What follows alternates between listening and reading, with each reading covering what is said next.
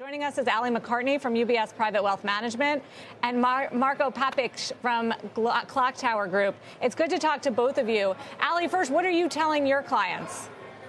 Well, having just put that quote up, Sarah, I don't want to be a wet blanket. Obviously, I'm a money manager, so money going up, not down, is a good thing. But we have looked at the last 60 years of bear markets and recessions, and what we found is there are three preconditions that have to be met in order to have some sustained upside that is more than a bear market bounce. And as I explain those to you, you'll see that none of them describe where we are today. The first is that investors expect looser, not tighter monetary policy. You see a 2-year going down. We're still going up, as you just alluded to. The second is that there's a line of sight to a trough in economic activity. If we just pick on one piece of data, we have the ISM that's still going down, so that's not going to get us there. And then the third is that you have an increasing equity risk premium.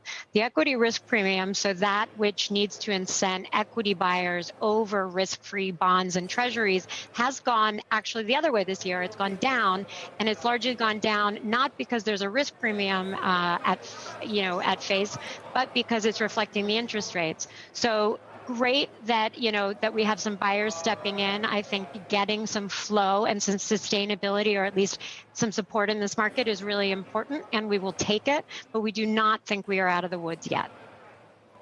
Marco, you have some interesting trades on. I don't know if you agree with Alli, but you have been in the Fed is going to pause camp, and you like certain things because of it. Explain.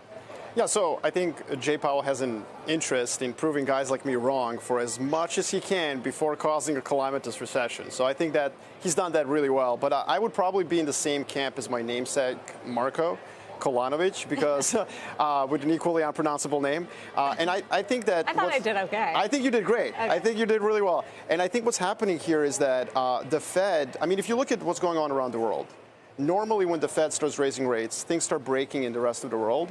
But things are not breaking in South Korea or Thailand or Russia. They're breaking in the United Kingdom.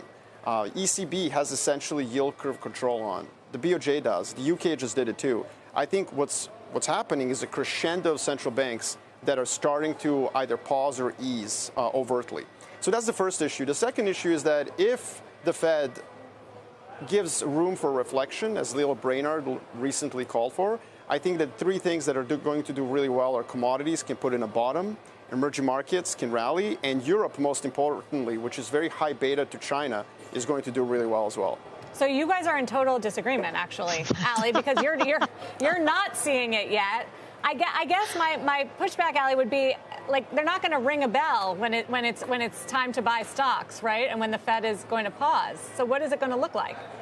No, and that's the concept of market timing is always comes secondary to timing in the market. So I think there are two parts to that. If you're already invested in the market, then you need to make sure that you're repositioning and rebalancing so that you can take advantage of what we're coming into, which looks very different than what we came out of. A lot of that is just having fixed income again, right? Having an alternative, having a private vintage year in 2023 that should be, quite frankly, epic as private markets start to open again and rationalize what it's like to operate in a world where there's a cost of capital.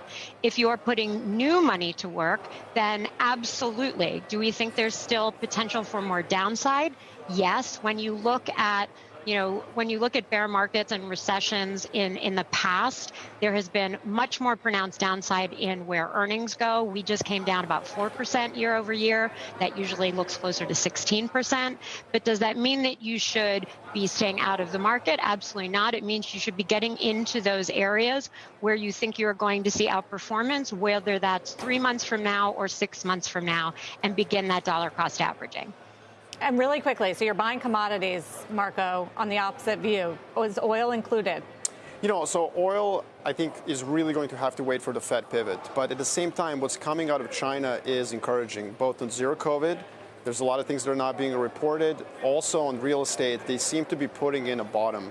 So I've been bearish for most of this year on oil. I think that's helped stocks in some way, shape, or form. It's helped CPI get to where it is. I think going forward, it's a much tougher call, and it's going to depend on what happens in demand, and that's a China call. I do think policymakers in China are going to have to step back because they're facing a lot of political risks going forward if they don't put in a floor into bottom. We'll have both of you on very soon. Thank you both for joining me now.